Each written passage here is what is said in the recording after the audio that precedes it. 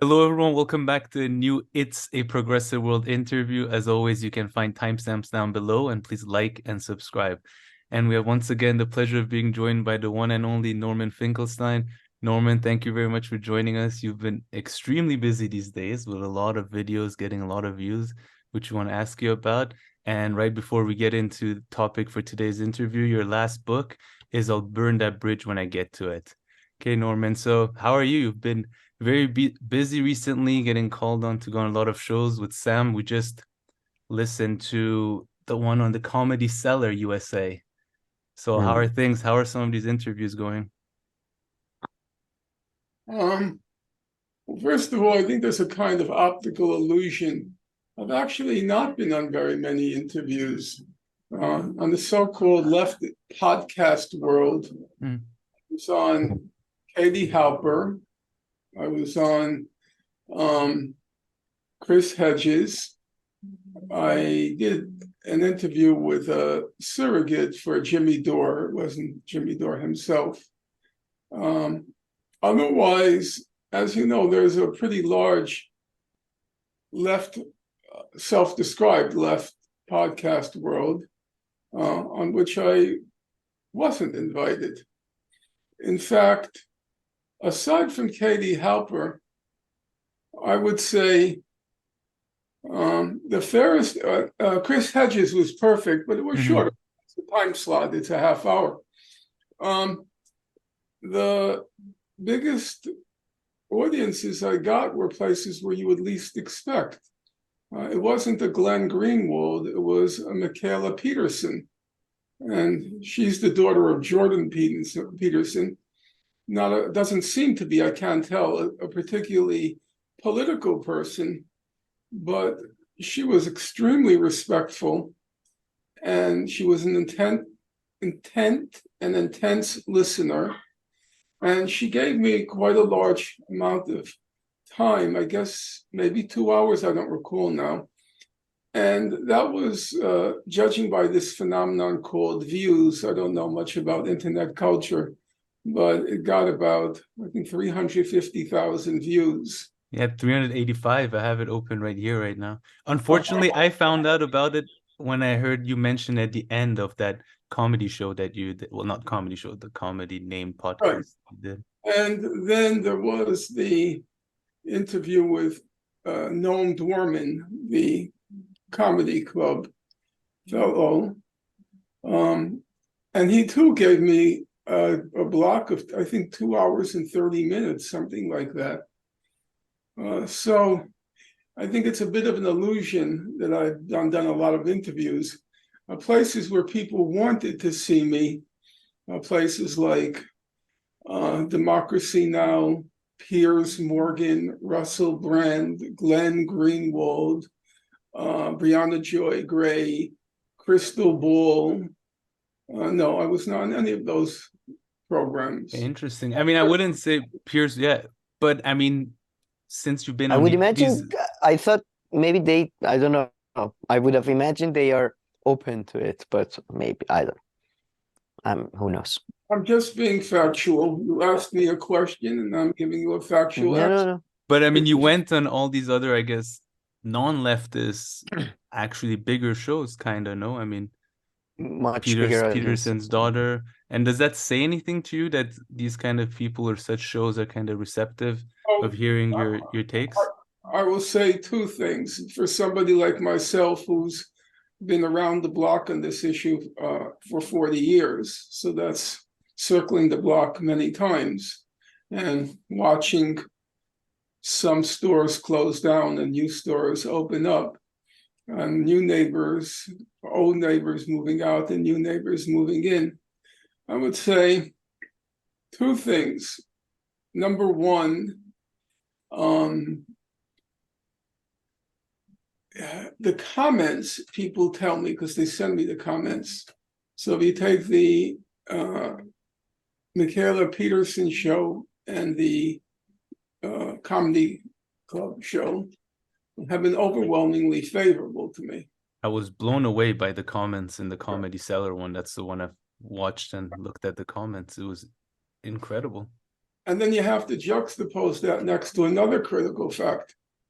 That is, I didn't pull any punches. I wasn't wearing kid gloves. I kept saying concentration camp. I kept saying genocide. And it was interesting to watch the reaction of the other people in the room. At some point, I think they realized I wasn't going to budge. So you're going to have to live with me saying that, even though in the past time, it would have a fury would have erupted, and somebody would either leave the room or indicate it was time for me to leave the room, or they would pull the plug. Or if it were a place like BBC, they would be utterly terrorized at the prospect that at the end of this interview, they are going to be summarily fired. So I held my ground. I wouldn't budge. And the second thing was, now I don't want to put words in Noam Dorman's mouth, let alone Eli Lake or the other woman in the room, Periel Ashrand. But you got the feeling that at a certain point, with the exception of Eli Lake, at a certain point, they sort of came around to the idea, well, these analogies are crazy, but they're not that crazy. They're not so off the wall. When you recite the facts, and you put in the context of what's going on, that Israel on October 8th had laid out a murder plan. That's just very straightforward. It said that there's no distinction between civilians and combatants in Gaza. It said we're not admitting any water, electricity, fuel, or food. And it said we're not going to do this for a very long time. This is going to be a long operation. Well, those are the three statements said by three senior officials of Israel, the defense minister, the prime minister, and the president. And you add them up, that's a murder plan. That's genocide. It's not complicated. Sometimes it's complicated because they say, well, in genocide, technically you have to show intent. But as any person in law knows, that if the natural and inevitable consequence of your act is genocide, then your intent is genocide. You don't have to have the statement, we're going to kill everybody. If the natural and inevitable result of denying food, water, fuel, and electricity to a population for a sustained period of time is the extermination or annihilation of that population, then you're intending genocide. So it's not a complicated, in this particular case, the charge of genocide is just not very complicated. So that was, to me, the two observations. If you group them together, the overwhelmingly positive reception, I'm told by correspondents, the fact that I didn't use any euphemisms, and the fact that I was allowed to proceed without the... Did you have to, refresh your memories on the research and stuff? It seemed like you were prepared for the debate. You knew it seemed like a university, like sort of a debate. So you seemed prepared. Unfortunately, because of what's called economies of time, which is just a fancy term for there are only 24 hours in a day, I had to make a decision between answering email and doing research. And the email has gotten totally out of hand. It's now consuming about 8 hours a day. Oh, geez. And I'm really going mad. No, I really am. I'm laughing, but it's not funny at all. I'm just a few moments ago, I was lying down dead. I covered my head and I said, no, really, what's wrong if you die now? No. That was it. No, I'm just hard. Then I had to look, and then I had to dread the prospect of doing a podcast with these guys named Sam and Cam. Oh no. This is break, I Well, hope, hopefully from you'll feel a bit more email. energized after this and go back to emails people asking you. If I didn't have to endure enough misery. But Norman, what do you think of, now let's put aside the podcast world and all that, comparing this to all the other, I was going to say flare up, but maybe that's not the good word, but all the other incidents, wars, everything between Israel and Palestine over the years that you worked on. Is this one of the more shocking, surprising, interesting? What would you say about what is happening compared to the previous ones 2 years ago, 5 years ago, and There was etc.? a huge outpouring of support during Operation Protective Edge in 2008-9.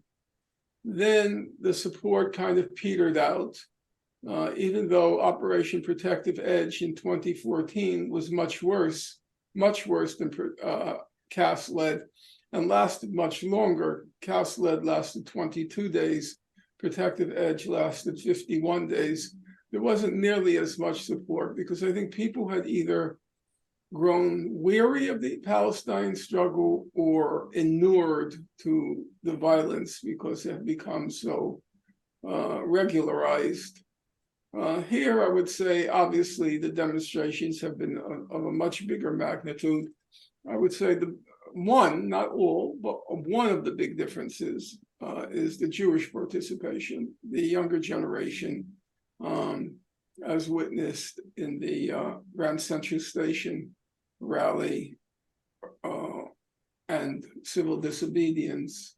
It was absolutely spectacular. It was really a magnificent sight. About 2,000 Jews inside wearing the t-shirts, black t-shirts, ceasefire now, not in my name on the back.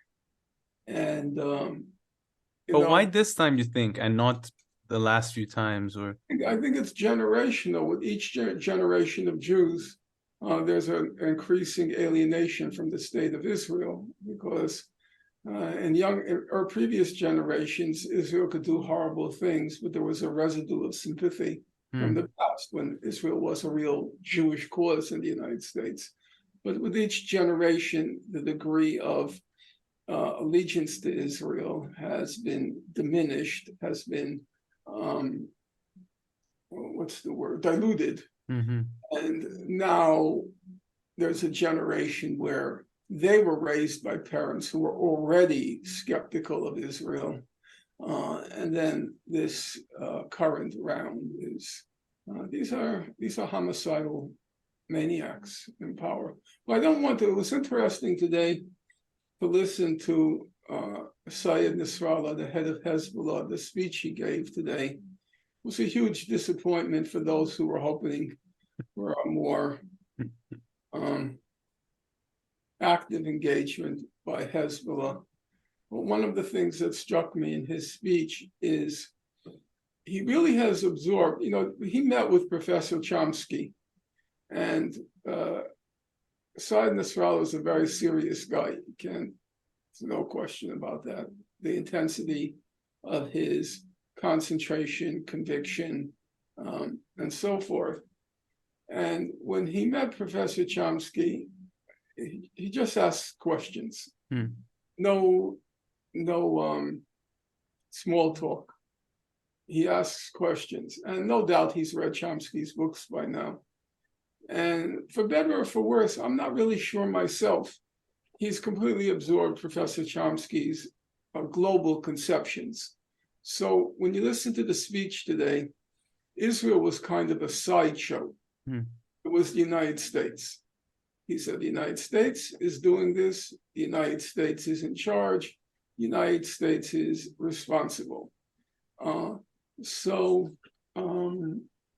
That's interesting, because you feel like for once that the United States is the least involved. I mean, I don't know. No, because one has to bear in mind there are two aspects of the U.S.-Israeli relationship. Yes, it's true. There's a strong Jewish lobby, and there are many people in the world of finance and in the world of politics who are of Jewish extraction. Some saying that they also religiously Jewish. Whether that's true or not, I don't know. But that's one element, and I wouldn't want to pretend that element is insignificant. But the other element is Israel is a crucial pillar of U.S. strategy in the Middle East. Can't take that away. There's no country in that region with remotely, or no ally of the United States in that region with remotely the technical competence, the military capacity, the mental and cultural affinity that Israel has with the United States. When President Biden or Lincoln go over, it's as if talking to one of their friends or neighbors. In the most literal sense, Lincoln himself is Jewish, Schumer is Jewish, and you can go on down the line. So that being the case, remember or bear in mind that Saudi Arabia wants this alliance with the US and Israel in order to protect it from Iran.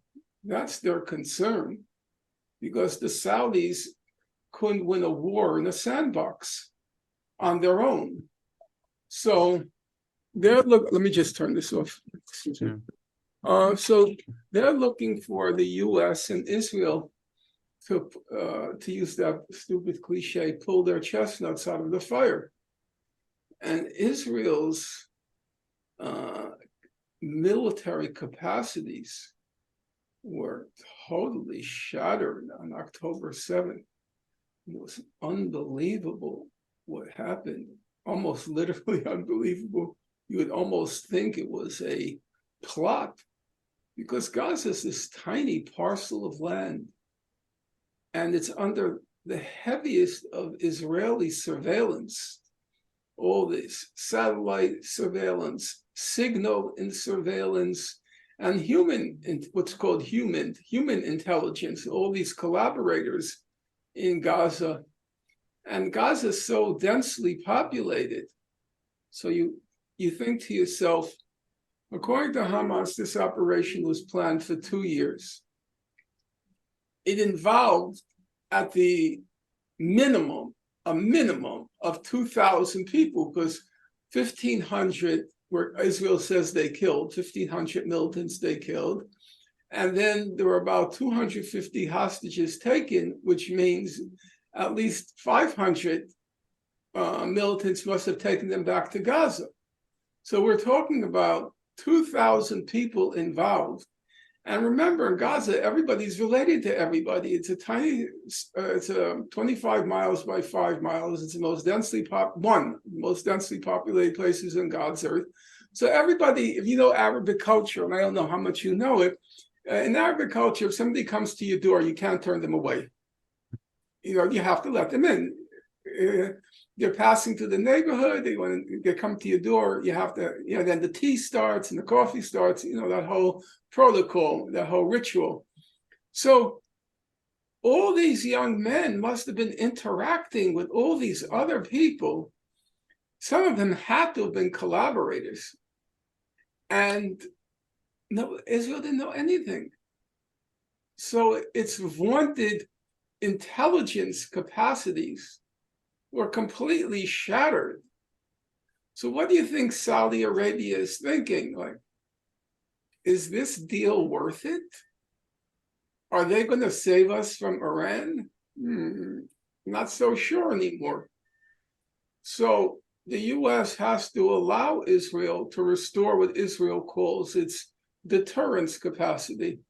And deterrence capacity is just a fancy technical term for the Arab world's fear of it. Because after October 7th, they didn't seem to be quite as daunting a power as many had been led to believe.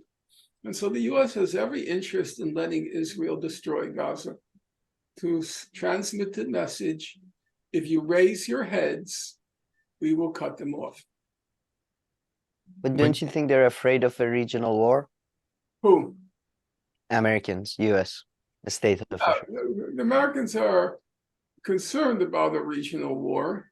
On the other hand, they're, I would say, this point, they're more concerned about the lack of terror that the Arab world has of Israel. And so they have to, as they say, Israel has to restore its deterrence capacity.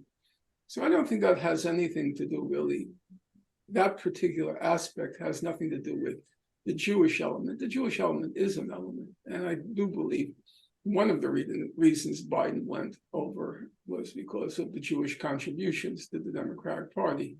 The Jewish billionaire class is being very vindictive right now. If you follow what's going on in American universities, they give very large sums of money. I mean, sums which actually surprised me. One Jewish billionaire gives $100 million to Harvard. Another gives $50 million to the Wharton School at the University of Pennsylvania. And they're all saying, if you don't condemn October 7th, we're taking back the money. Or they're saying, if you allow those protesters to chant pro-Palestinian slogans on your campus, we're taking back the money. So you can imagine they being in that mood at the moment, the Jewish billionaire class, which is significant, and overwhelmingly Democratic Party donors. Not entirely, but overwhelmingly Democratic Party donors. There was, some like Sheldon Adelson, the casino magnate, who was a Trump supporter, but generally Democratic Party. Biden was seen the Biden video about 30 years ago or something, when he's in the Senate and he says, even if Israel didn't exist, we had to create it. I guess he's like, because of the fact that it's cheaper than having military. Yeah, so I guess it's, I think, as I said, I think, in my opinion, at the moment, that's the primary element. But one shouldn't underestimate, there is the element of, you better do this, get that photo op in Israel and give that teary-eyed speech, because you need the money in November. Yeah, that's just going back to the Israeli intelligence not knowing that this is happening, but I mean, I was thinking, I wasn't too surprised Egyptians because warned them apparently 10 days that. before. But also, I'm guessing if you have a group like that and a population in such an area, nowhere to go, I'm guessing any day, any time, all the time, there could be something that could happen. So I mean, I don't even know, and they're right there. So I mean, I don't even know how you can, no matter how big your military is or intelligence, you're always going to be kind of vulnerable to these things. I can't really agree with that. This was, whatever you think of the outcome, this was a very sophisticated thing they did. You try yourself. You try to live in a situation. No, I'm serious. Try to imagine yourself in a situation where you have protected yourself from any conversation you're having being picked up by intelligence, which is to say, you can't use a cell phone. You can't use a telephone. You can't do anything on the computer, because all of this is going to be picked up. So you have to somehow contrive this operation without giving any clue whatsoever, which means everything must have been done by passing pieces of paper or arranging to meet somewhere. Are you at all sympathetic to somewhat? I am personally a bit to conspiracy theories that maybe there were people in Israeli intelligence that were somewhat okay with something happening. Maybe not this, but something like that. That's crazy. That's crazy. With all due respect, I see you have a new outfit on today, and I should be deferential to it. No, not new, but okay. I made the same comment too. I was surprised as soon as I saw him. I was like, "Nice jacket." Bad? Is it that bad? Or a shirt. I'm not too sure what it is. And I Norman, know exactly what it is, because speaking of conspiracy theories, he's obviously angling for a cover on GQ. GQ? This is if I have to, this is my dad's. He first gifted it to me. I said with AOC, you missed that part. Oh, I Oh, didn't hear oh that part. God.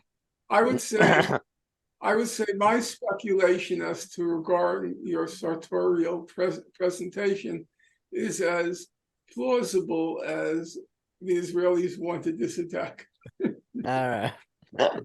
But Norman, now Yeah. that we're laughing a bit and having fun, did you that moment on that Comedy Central channel? Please don't infer that I'm having fun. No, sorry, we're having fun, not you. You're That's unwarranted speculation. sorry, you're Well, to be honest, tolerating I'm us. not having fun either. I'm being roasted, so I guess it's just Cam you're having. I'm just having fun because you mentioned the word densely populated, and it just reminded me. I don't know if you recall, but in the beginning of the podcast that you did with the comedy people, suddenly the word densely populated caused a big issue with the host, and he just couldn't wrap his head around 25 by 5 miles and densely populated. It was a funny moment, I must say. Actually, no, I have to be fair. One of the useful things of engaging a debate with a hostile interlocutor rather than speaking to the choir is Fun. you do have to think a little. Mhm. He was actually not asking a dumb question. He was saying, when you say densely populated, are you meaning people juxtaposed one against another? Well, whatever you have, very tall skyscrapers. So do you count the people as if they were on the ground, that density? Or do you count the people in the skyscrapers, which would diminish the physical density? You get my point? Fair enough. I think you're being too kind to him. I don't think he was thinking that way, but so, when you mention a question like Manhattan, is Manhattan during work hours, say 8 to 4:30, is it considered densely populated by virtue of the number of people in Manhattan or the number of people, even if they're in a skyscraper? I recognize that as a question. I mean, I myself, sure. I think densely populated, you wouldn't include Manhattan because that's not where they live. That's where they work. If you were to go after working hours, then that's why I said to him, I've been to Gaza. It doesn't look like my neighborhood. That part was really funny. And that followed up with you giving the person you were debating a piece of paper to take notes. Man, that was my second favorite part of that interview. But sorry, Norman, so you said you don't have too much time today. I was just thinking of one thing. Last time when you were here, you mentioned, how you were very much involved in the Vietnam protests and nobody, often asks you to talk about that anymore. I was wondering, are there any kind of parallels or anything to mention about the Vietnam War protests or anything with what has just happened right now? Anything come to mind, or is it a stupid question? No, it's not a stupid question at all. The problem is whether now the degree of protest can be sustained. It's very hard to sustain things over time. In the case of Vietnam, there was no let up in the war. So you can sustain the protests because they were directly impacting us on a daily basis. I would say, by 1967, by 1967 or 68, every day of every week, of every month, of every year, Vietnam was the top story. You know why? Because soldiers were being killed. And they used to, at the bottom, they would just run the names of the soldiers who were killed. Now, whether that's going to happen now, because they're talking about this may last for 6 months or so. because there are many speculations on Israel's strategy, but one of the strategies is to be very methodical, which is to say, to ethnically cleanse the northern sector of Gaza, seal it off one by one, blow up the tunnel exits, and then just starve out the Hamas militants. But that will take time because they assume that they've stored food and water. So it's going to be a long, protracted process. Whether interest will be sustained, that's very hard. You know, as I said, in the case of Vietnam, just out of deference to all the troops there, it was top story every day, literally every single day. But I'm not sure that's going to happen here. No, that's an interesting point. We're going to have to wait and see whether interest, whether slowly the headlines are going to change. You know, just to take an example, which is very striking. Do you realize after October 7th, the media completely stopped reporting on Ukraine? Oh, I mean, that was already starting. And yes, I mean, that's kind of... Nobody, I don't even know. Yeah. I don't know if the war is over. I don't know if Zelensky won an Emmy or he won an I think he's been captured by the Russians. I don't know. Who knows? Or whether his series has been canceled. Yeah. Erdogan pulled the plug. He said no more. And much to his chagrin, he didn't even get a nomination for best costume in a sitcom. And he wore it consistently every single day. His costume is truly on my nerves because, like, he's the president. Even if he was even if he was a great president, why is he wearing military attire? He's not on the front lines. Hey, it's a brilliant idea. If I was there, well, it's not a brilliant. If I was their media person, I would have been like, "Yes, good idea." I want to make a suggestion here. How about if you exchange your father's safari jacket, whatever this is, for his Rambo jacket? I think that's a fair exchange. Yeah, you could wear this in the summer. Maybe not now with the winter coming up, but it's quite cold in Tehran right now. Okay, it's been raining. I'm gonna take this off because this is just too much. And Sam, I don't know if you had some specific Israel-Palestine questions if you want to ask. No, if not, I think we covered everything except. Do you think it's gonna the drop in Arab support for Biden is quite surprisingly steep? There is Arab American expert who said that it took George Bush 6 years to go through this level of a drop in Arab Israeli support. So do you think that's going to cost Biden the election, or is going to be significant in any way, or no? People's memories are short. They're going to be bombarded with Trump, Donald Muslim Trump, Muslim ban Trump versus Biden lifting the Muslim ban, Joe lifting the Muslim ban, Biden. So there will be determined efforts to restore Biden's standing.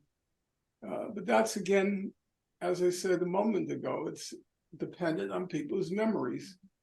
If the story vanishes within a month or two, which it might, when Israel is just engaged in what's called, in that horrible military terminology they called mopping up operations, if that's what it's reduced to, that they've sealed half of Gaza shut, blown up the tunnels, and are just patiently waiting for the Hamas fighters to come out so they can be shot dead, then it's quite possible they'll move off the front pages and maybe off the newspapers entirely. In which case, it's even with Saudis have a lot of money in American media and all that. Do you think? But I think with this, even if it falls out media, and now I don't think it's going to hurt Biden whatsoever. But with the Israel-Palestine one, it seems like people's memory, for some reason, seems to be better with other things. Maybe because it's so reoccurring, it happens Yes, there is definitely a remarkable phenomenon with the Palestine question, which is to say there is this historical residue that always, even if latent, it remains. And then each time there's a new round in the annihilation of the people of Gaza, not so much the West Bank, the people of Gaza, suddenly all the people come out again. You know, you don't have to, so to speak, start from scratch and build a movement.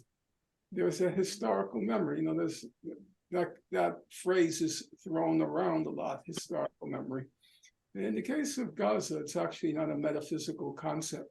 It actually lives. So the moment we're at another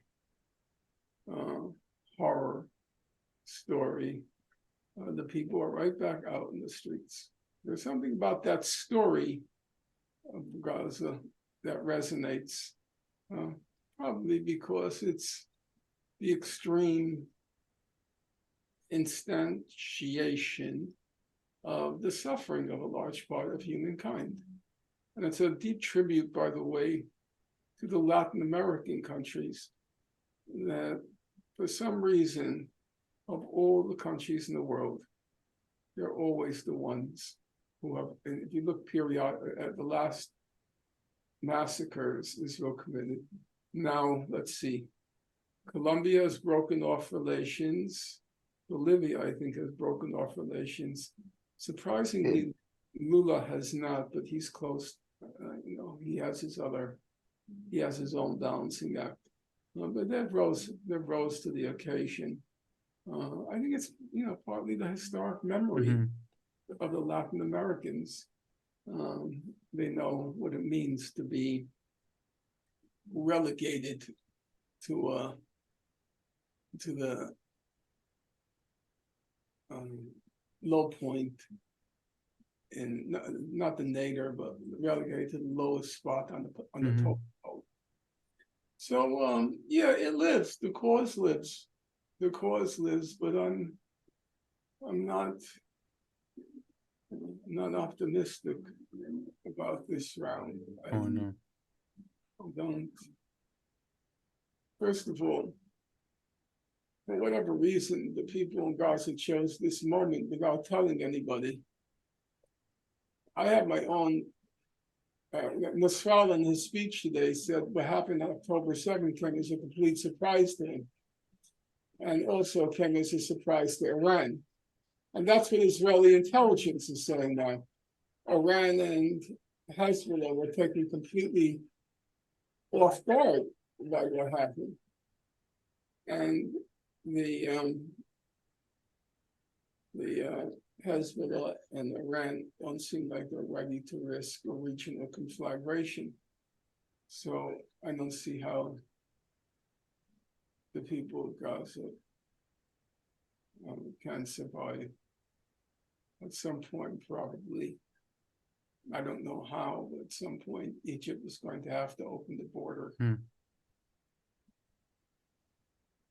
Okay, guys. Thank you, Norman. If you didn't have to do all these interviews right now, and if you didn't have to go answer emails, what would you be working on right now if you could today? Or doing just for fun? I would be trying on your father's. I got them. He took it off because of you. I'm never gonna wear anything again except the t-shirt in these interviews. I was getting a little nervous because you said I'm never going to wear anything ever again, and I was so glad when you said except this t-shirt. All right. Okay, well, my body is too sexy to show, but otherwise we wouldn't be able to do any interviews. I mean.